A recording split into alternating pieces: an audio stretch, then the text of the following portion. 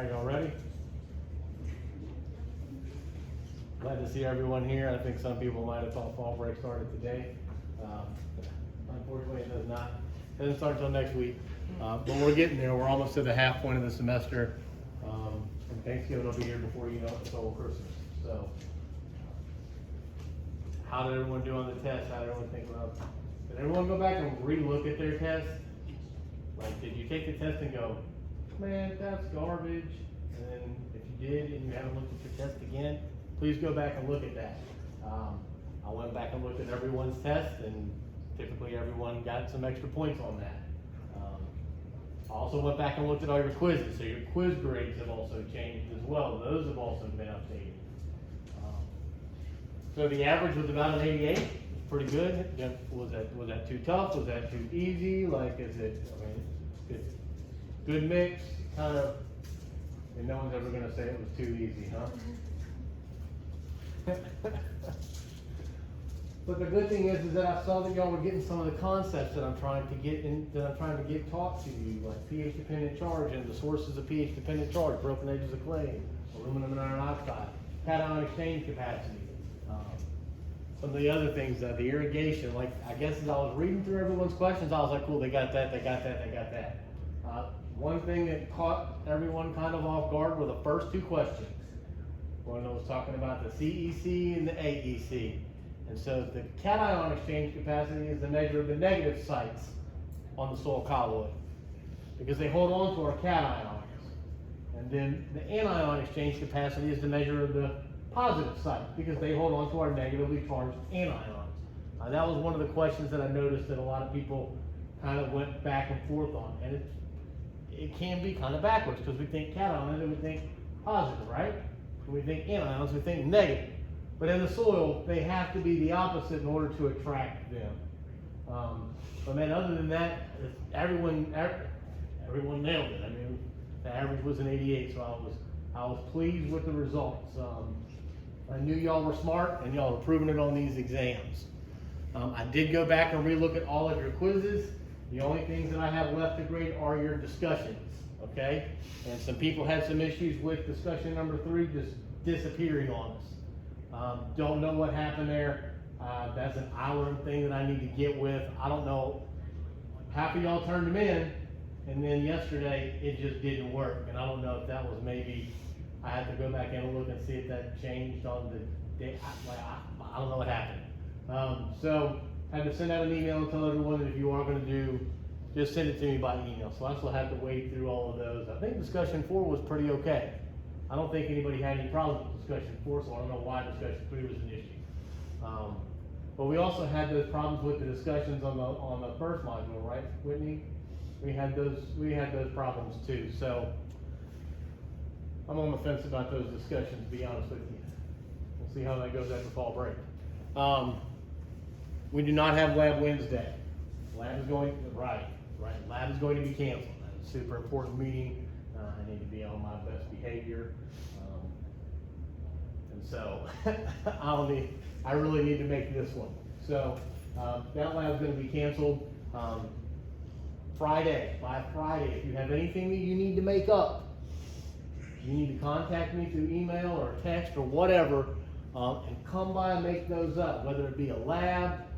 There may be some discussions that you need to make up. There may be some quizzes that you need to make up, like, I guess for module 1, if you didn't, like, if you just missed the quiz completely. Now, if you took the quiz, you don't get to make that up. Well, let's just say for whatever reason, you just completely blanked on module 1, didn't know you had to take quizzes. You can come by and take those in person for half the credit.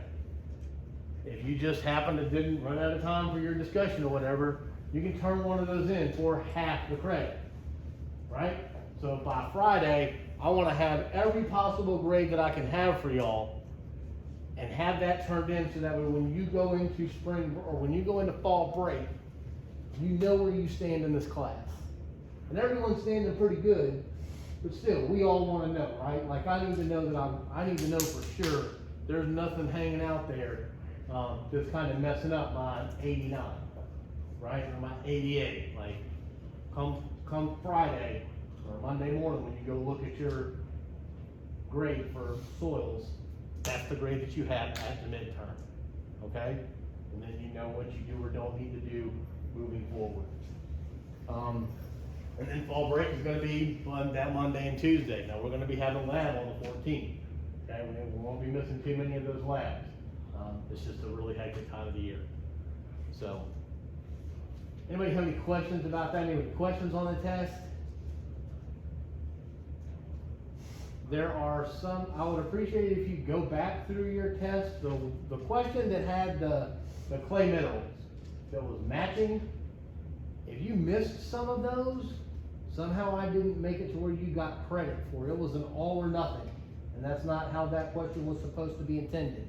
I caught some of them, but I didn't catch all of them. And after going through 150 individual assignments.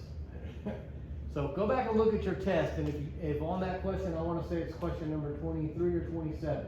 If you go back and look on that, and you got some of them right, but you didn't get any credit, email me, let me know. There's like 2 or 3 points in there. Like, that was a big thing for people. And also, something else was like in the answer, I wrote down broken edges of clays. And you might have wrote down broken edges of clay singular, and it counted that wrong. Like, I had to go back in and check each one of those, and everyone was still right in there. You know what I mean?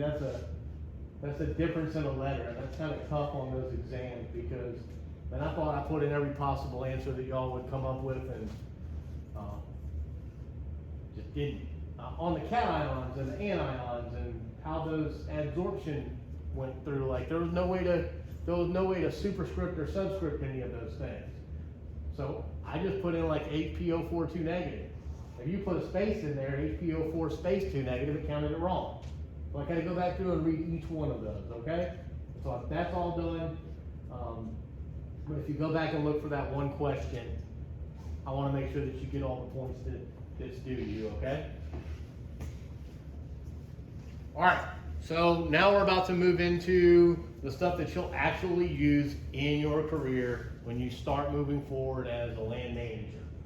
Most of that stuff was just an introductory, and hopefully pH-dependent charge and some of those other concepts will start making more sense after we get through this chapter, hopefully after we get through this lesson. So the main reason why pH is important is you're going to waste your fertilizer if you don't have a proper pH, right? Because what do we say about the CEC? When the pH goes down, what happens to your CEC? It goes down. And if you can't adsorb any of the fertilizer that you just put out there, the plants can't get to it, right? Or they can only get to a limited amount of it. So if you have this if you have this low soil pH, man, you're wasting a lot of fertilizer. That's a lot of money. And guess what? In order to fix the problem, you got to throw lime on there, right? And then go back and refertilize.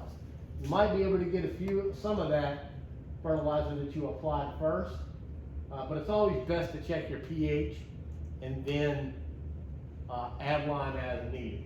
Y'all remember at the beginning of the class, I was like, I know y'all ran into the lady that said, "Oh, you're an agronomy. Can you tell me what's wrong with my blah blah blah blah blah whatever?" Number one thing is going to be pH. That's the very first place that I start. Have you had a soil test? No. Can't help you. I would look at your soil pH to start with. That's the reason why your plant is not doing well. It's just not a good environment for it. The soil microbes don't like acidic soils because, I guess kind of the way that I've always thought about soil pH and microbes is kind of like there's this electricity going on, and they're just like in shock and they're frozen because the soil, it's so acidic, they don't ever want to move. Kind of like if it's real cold out, you don't want to go. Well, if the soil is real acidic, they can't perform the functions that they need to because they're kind of like in this electroshock kind of froze position. Our nutrient exchange reactions are going to be dependent upon our soil pH, pH-dependent charge, right? And then also the nutrient availability, because if it's not held to the soil colloid, then it's not available to the plant. So this is one of the most crucial aspects of soil science and soil fertility there is. If your pH is wrong, you could be doing everything right, but if your pH is out of balance just a little bit, it's over. You're wasting your time and your money. So that's the first place to start in land management. Get a new piece of land, soil test. Need to know the pH. Need to know the CEC. Need to know how much organic matter is there, because now it's going to tell me that if I raise the pH, what's going to happen to my CEC. Raise the pH. The CEC is going to increase. So those aspects are important. pH is the negative log of the hydrogen concentration. Those brackets that you see right there, that means concentration. And you'll see that throughout the rest of this presentation, this module, this little chapter that I'm going to be using those brackets as the concentration. And so, does anybody have a bottle of water? Anybody drinking water at all right now? Right. So the pH of the water that they're drinking is probably about 6, right? The pH of the rainwater, probably 5. And so when we think about water, we always want to think that it's pure and that the pH should be 7, but it's not. Okay, because there are other factors that influence the pH of our water supply. We'll go over those kind of near the end. I really liked this classification because, man, I don't really know the difference between what's extremely acidic and very strongly acidic. Like, it's acidic to me. It's either 7 or it's not, right? But a 4, if you're in a soil that has a pH of 4, you're in some trouble, right? But like medium acidic, 5.6 to 6.0, like, yeah, you can work with that. A line application will fix that pretty quickly. And then you start getting into mildly and moderate and strongly alkaline. If you're in a pH of 9.0, 8.5, 9.0, you're also in some trouble too. Katie Pierce is having this problem out in the chestnut orchard and the blueberry orchard, apparently. The soil is just acidic. I mean, it's alkaline. It's probably not 9, but it might be more like a 7.5 or a 7.6, right? We'll see that on our soil sample results that I finally got back. So you can see that most of our nutrients are available between 6.5 and 7.5. We don't want much iron, some manganese, boron. Those are all our micronutrients, right? So when we think about a pH scale, this is kind of something that's more relatable to humans. It goes from 0 to 14.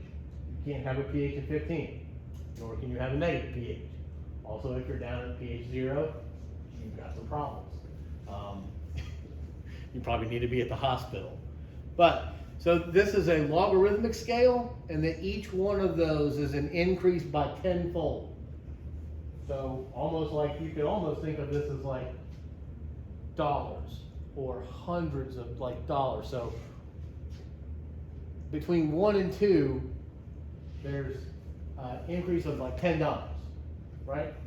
So like when you go from pH 1.1 to 1.2, there's 10 more hydrogens there. Or actually going that way, there would be 10 less hydrogens, right? So a lot of hydrogen, medium hydrogen, no hydrogen, right? Or very little. So I think we all are familiar kind of with what acids are, kind of like that tomato, kind of that acid reflux disease, you know, something like that. But when you start getting into our more alkaline substances, like anybody ever touched bleach? Kind of slimy, isn't it? Sodium hypochlorite, that's a base. So bases are going to feel very like slimy and slippery. Acids, not so much. I tell this story, I was working with some sodium hydroxide and water, and they both look the same. Like, I didn't label the beakers. Okay, lab mistake number 1, I didn't label the beakers. And I got a drop on this, on the dish rack that I was working with, and I didn't know which beaker was which. And so, against my better knowledge or judgment, because I don't have either one of those,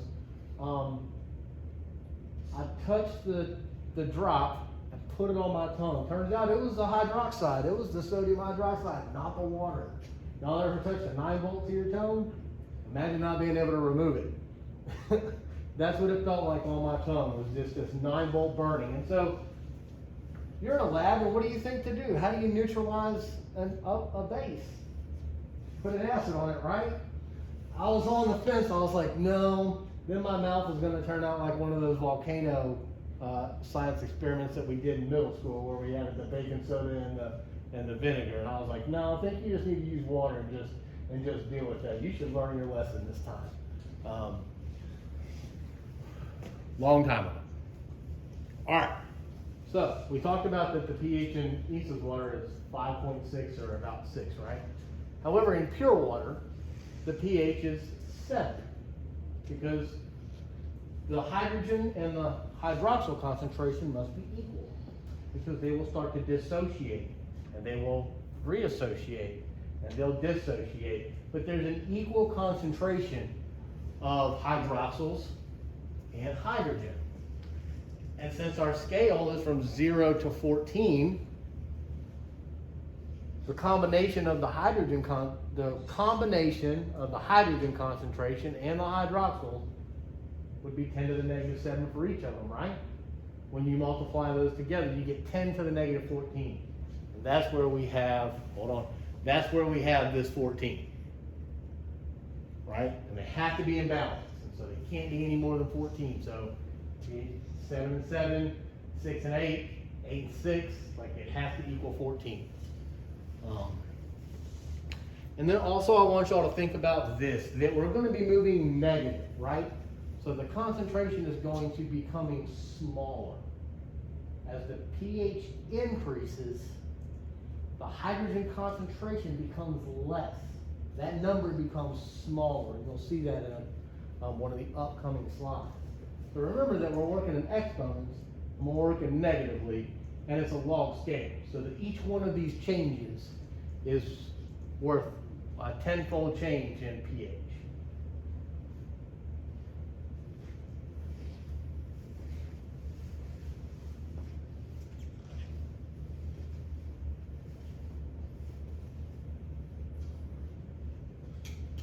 I see some people writing furiously.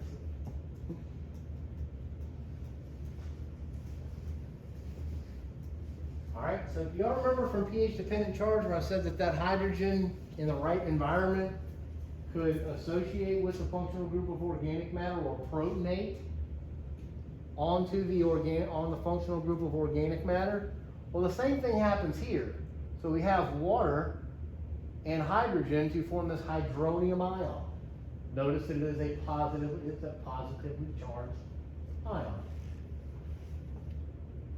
That's actually what we're measuring. We're actually measuring the activity of that hydrogen associating and dissociating with all these water molecules that are in this solution. Because the hydrogen doesn't necessarily stay on that one molecule the whole time. It will associate, and then be like, I don't like this, and it'll come over to this water molecule, and it will associate with it, and I don't like you either, and it'll dissociate and go on. And it bounces around. And it's not just that we have one of these hydrogen ions in the solution, right? We've got thousands and millions of them interacting with all of these other water molecules. And so when we test that with a pH meter, we're actually measuring the movement of the hydrogens.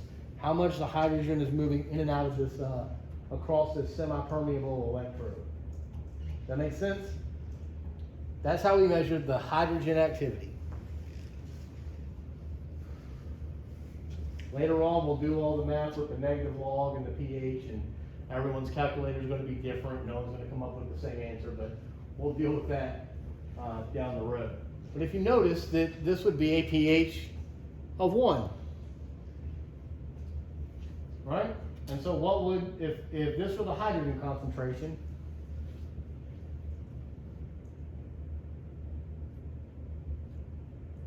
I'll make sure before I get going there.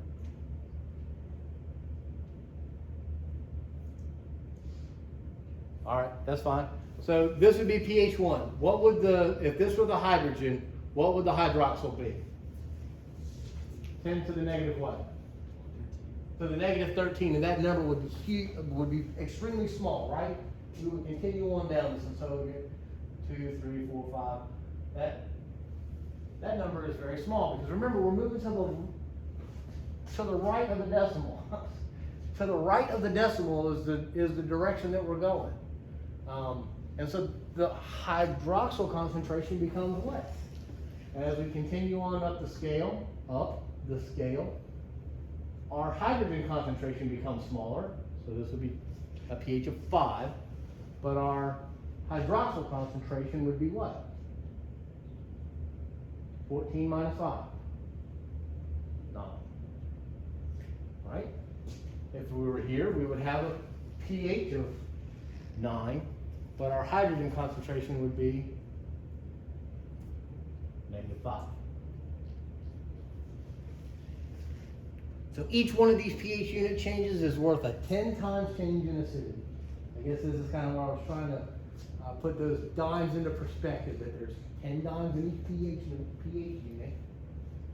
And so that as hydrogen concentration, brackets equal concentration, increases, our pH does what? Our pH decreases, right? Which goes back to that last slide where we had 10 to the -1. 0.1 is actually one of the highest numbers we can have in that scale, once we start getting into 0, and then we're teetering along the lines of mathematical computations. So that as our hydrogen concentration increases, our hydroxyl concentration has to decrease, right? Because it's a balance. So if we were to start at pH 7, the hydrogen concentration being 10 to the -7,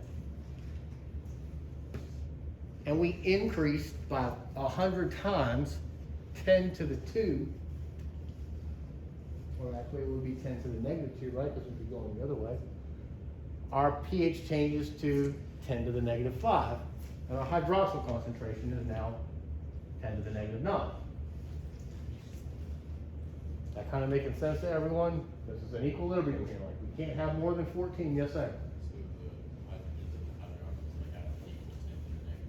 They have to equal 10 to the -14. The question that he asked was, do the hydrogens and the hydroxyls have to equal 10 to the -14? Yes. And this is just on the basic fundamental mathematical level. Now, when you start getting 10 to the -5.274, guess what?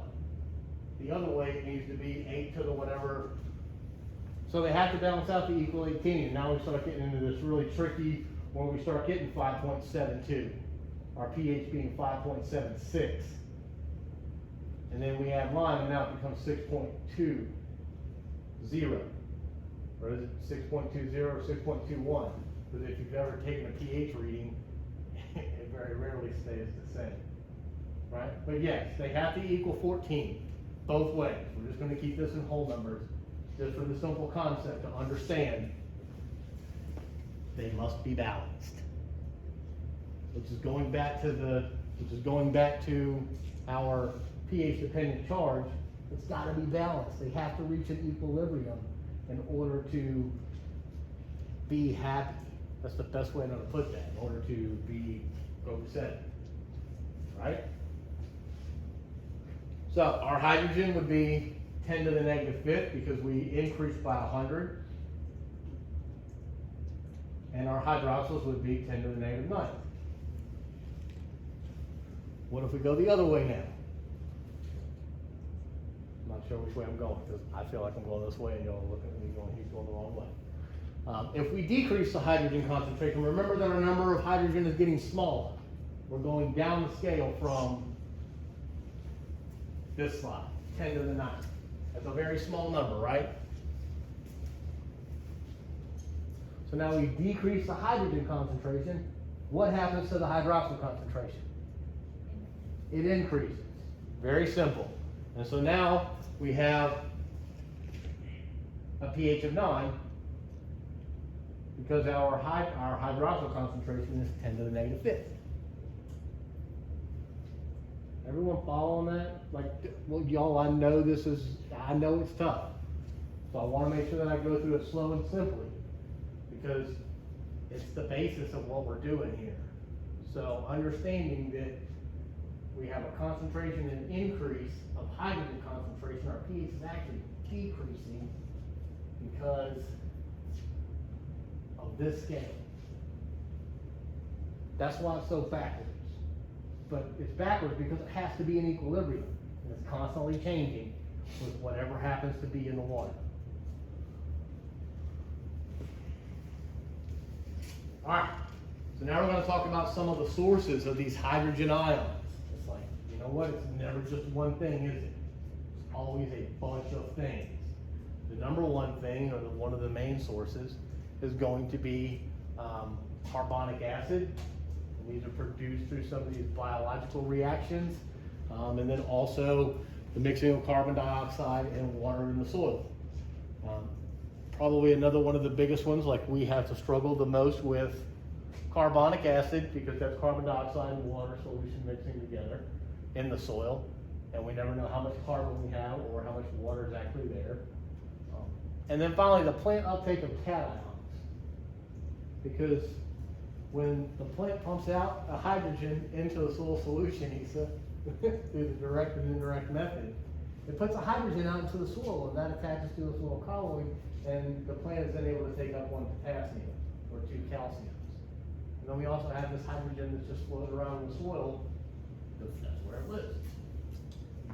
So our plants are continuously giving off a hydrogen in order to live, in order to continue to grow. And what are we doing? We're putting out plenty of potassium so that our plants can grow. So we're forcing them to do the thing we want them to do, but then again, there's a trade-off with everything. There's a trade-off with everything you ever do. Y'all ever heard the thing, you can have 3 things and there are 3 things in college: good grades, sleep, and social life? Pick 2. Because there's a trade-off for everything. So as we're growing our plants, they're putting the soil acidity back into the soil. And so we're doing our job, and at the end of the year, when we go to harvest, what do? Call the co-op up and say, hey, bring me some lime. Because I need that reaction to happen, because I know that over the course of the growing season, I've made my soil more acidic. So having knowledge of that can help you kind of understand why you're doing what you're doing. We know to do it, because Grandpa did it, right? As soon as they were finished harvesting, called the co-op, truck comes out, spreads it all over, looks like it snowed in October. All right. I don't know why we did it, Grandpa, but we did it, right? Ethan, that's what you do. And then you spread triple 13, because that's what Grandpa's done his whole life. But you don't know why you're doing it, so now you do.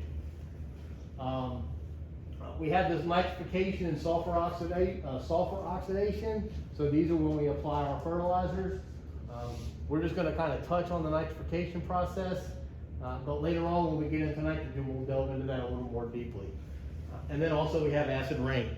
And so we have industrial anthropogenic or human-made anthropogenic sources, such as our coal combustion, our automobiles, our industrialized processes that make our steel.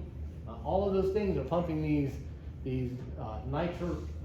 acidic forming hydrogens and sulfurs and nitrogens, and they're reacting with the oxygens and changing hydroxyl concentration in the atmosphere. If you thought it was bad enough in the soil, it's super bad in the atmosphere, because those reactions happen very, very fast, and there's a lot of them happening. So no matter where we turn, we're faced with this soil acidity problem. So when our roots respire, or that organic matter that we talked about for pH-dependent charge decomposes, carbon dioxide is given off. And so carbon dioxide interacts with water to form this carbonic acid. So here's our H2O, you can almost see, and there's our carbon dioxide. That carbonic acid dissociates, the hydrogen dissociates off of the carbonic acid, and now we have a bicarbonate, and we have this one hydrogen proton that is kicked off into the soil. And this is going on from, I guess, sundown to sun up, because our plants respire overnight. Very little respiration is happening during the day, right? So for 8 to 16 hours throughout the growing season, maybe a little less than right now, because it's about to start getting dark at like 4:15. Our plants are putting out these hydrogens. So while we're sleeping, thinking we did a great thing by applying lime, our plants are slowly but surely chipping away at that. Organic matter being decomposed, mineralization processes. The functional group's on the organic matter. What do you see there? Hydrogens. So what do you think? You think there's a source of acidity there? And so what happens when those hydrogen dissociate off the functional groups of organic matter? Then they form that water, right? Well, eventually the water mixes with the carbon dioxide, and the hydrogen that was once there is now here back in the soil. When the pH changes, the hydrogen then reassociates with that other negative charge left on the functional group of organic matter. We just got rid of it. Now it's back. And now we have to do what? We have to add lime to change the pH of the soil to increase, so our CEC can increase. Just a big cycle. All it is. Next we have nitrification. Do not, just chill. Chill on writing down the formula, okay? It's okay. Like, just don't go crazy writing down the formula for nitrification. We'll go over it later. But just understand that we have what right here? We have 4 hydrogens that can possibly be added back into the soil. It undergoes this process, and at least 2 of those hydrogens are released. I know in fertility we discussed it as 4. It all depends on the ratio of ammonium that are there. So whenever you see that H plus on an ion, understand there's the potential for that hydrogen to be dissociated back into the soil solution and change your acidity. All right? Next we have sulfur oxidation. That's why I didn't want to get everybody into writing all these equations down, because now we got a half oxidation going on here. We got 3.5 oxygens. Like where's the other half at? So we're not going to get into that, right? But notice that we have our hydrogen. So we have this is pyrite that mixes with oxygen and water to form iron sulfate, hydrogen. And so once we put our hydrogen back into the soil, what happens? It becomes more acidic. But we need that reaction to happen. We need that reaction to happen so that our plants can get sulfate. But in the process of getting the sulfate, 2 hydrogens are released back into the soil. And in order for the plant to get the sulfate into the soil, it has to expend another hydrogen just to get it back into to get the sulfate back into its plant, so into its tissue, so it can do its thing. So these reactions happen. You put out lime, and while you're sleeping, the plant and all the other stuff is happening in the soil. And you think you did a good thing by applying lime today, and it rained, so it got in there as well, but only for a little bit, because the plant's doing its thing. Reactions are happening in the soil that we have 0 control over. Acid rain from sulfates and sulfides, ammonia gas, one of the biggest. I think the thing people point the most to row crop agriculture is going to be ammonia volatilization, and this happens in that nitrification process where we convert urea into ammonium so that our plants can take it up. But there's a possibility that it never makes the full conversion and gets given off as a gas. Another one is going to be methane. And who can tell me the chemical formula for methane? CH4. When we have hydrogens, we're going to be adding acid back somewhere, right? That bonds with the water in the atmosphere. So we got carbon dioxide, and we have like 5. Now we have 5 hydrogens that have been added to our precipitation. Other ones are going to be NOx gases, and we'll get into this when we do nitrogen. My soil fertility class is going into this, but y'all are familiar with some of the nitrous oxide emissions. These NOx gases are 300 times the warming potential of carbon dioxide. Carbon dioxide is really what we're like, you know what? Carbon dioxide is messing up our atmosphere. So even in a small amount, one of these molecules equals 300 carbon dioxide molecules that are interacting with water to form carbonic acid. One molecule equals 300 of those.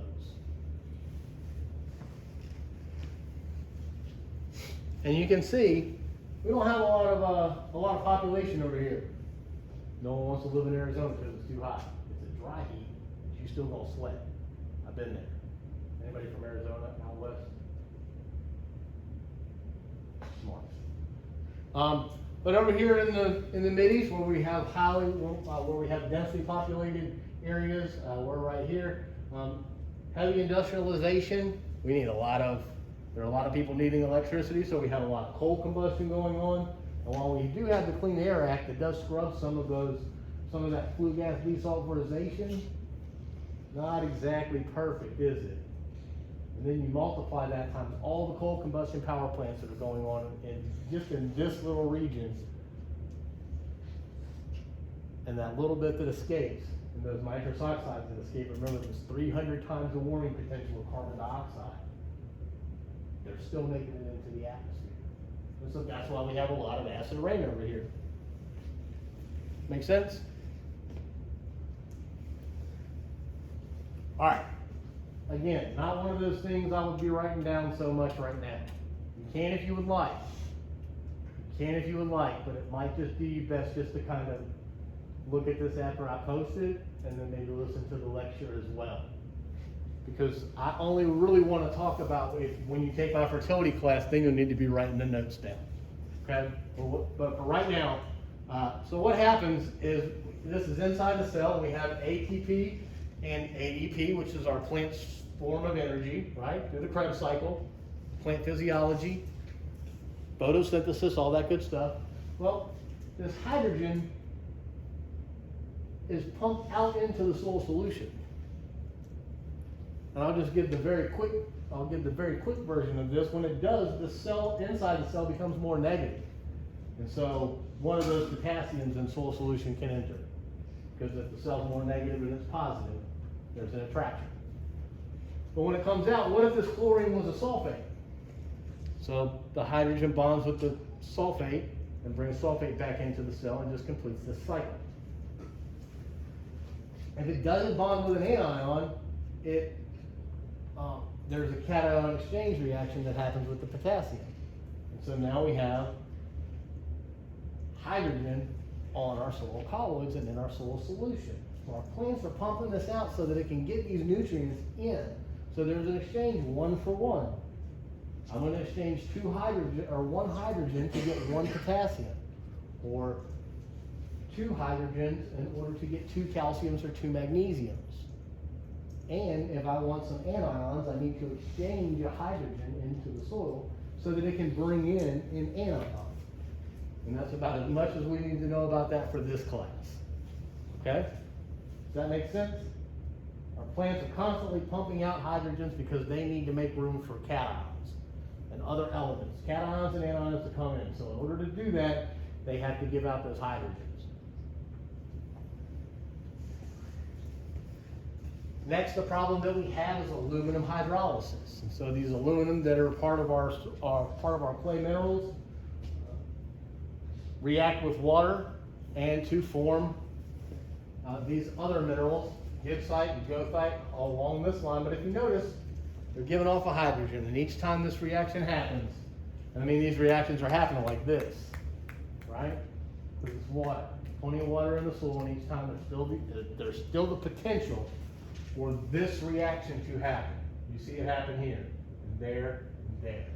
And I mean, so this forms a mineral. These hydrolysis reactions are going to dissociate, because when we dissociate hydrogen or water, we get a hydrogen and a hydroxyl. Well, the aluminum only wants the negatively charged ion, right? Because it's Al+3. So it takes the hydroxyl and just discards the hydrogen. So now here we have all this stuff happening. All this stuff happening right now as we speak. We have aluminum hydrolysis. We have plants giving out hydrogen so that they can take up cations. We have acid rain falling. We have organic matter decomposition. We have carbonic acid, where carbon dioxide is reacting with water in the soil. Is it a lot of carbon dioxide? No. Is it a lot of water? No. But it's a molecule.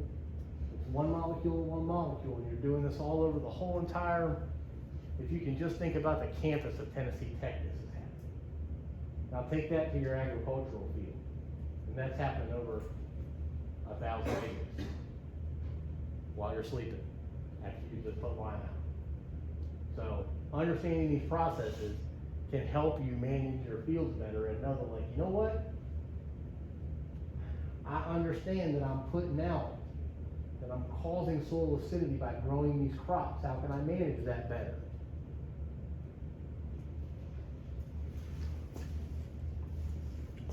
Next, we have 3 tools of soil acidity.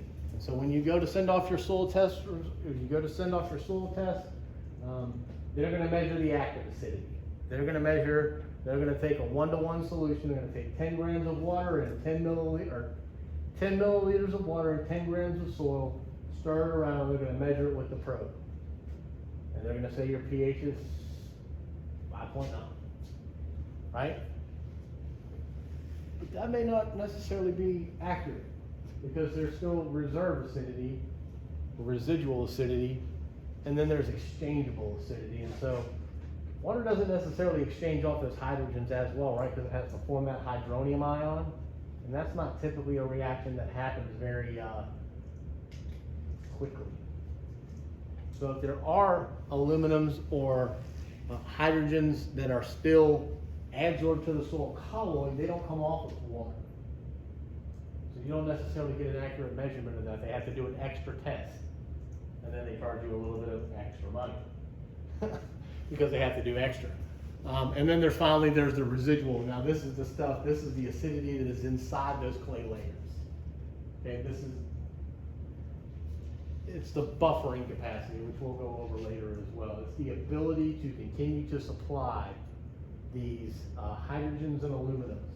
Think about it like, I know y'all seen 300, the movie 300.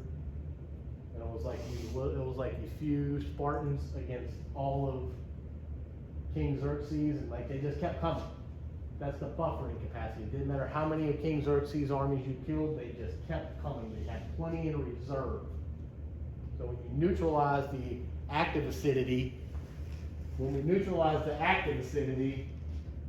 next the exchangeable acidity balances that out, right? Because we're in equilibrium. And we have that ratio law. So much on the soil colloid and so much in the soil solution has to keep that balance. And then big if, you do use up all of this exchangeable acidity, then you have the reserves of the residual acidity. So continue to supply this exchangeable acidity. Can't win for losing. It's always there. Oh. All right. This is going to be our last slide for the day. Our residual is all the hydrogens and the aluminums that are bound inside of that tetrahedron or that octahedral. When we have the broken edges of clay minerals, and that aluminum is where we get that extra source of charge. Those edges of those minerals are broken down. And now here's where texture comes into play with all this, right? Because when we have a sandy soil, we don't have as many cation exchange sites, nor do we have as many anion exchange sites. So the residual acidity is probably not going to be very much, because there aren't as many of those layers, right? So there's only about 1,000 times greater residual acidity compared to the active acidity. And so you don't need much lime in a sandy soil. You may send off 2 separate fields, both have the same pH, 5.2, but the sandy soil tells you only need to apply 2 tons of lime, but the clay soil may tell you need to apply 4 or 2 applications of 3, something of that nature.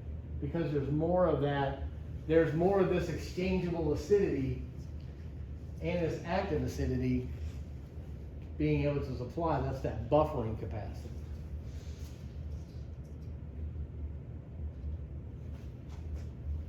That's all I got for now. Anybody have any questions about any of that? Clear as mud, just ready to go home. All right, we'll see y'all on Wednesday.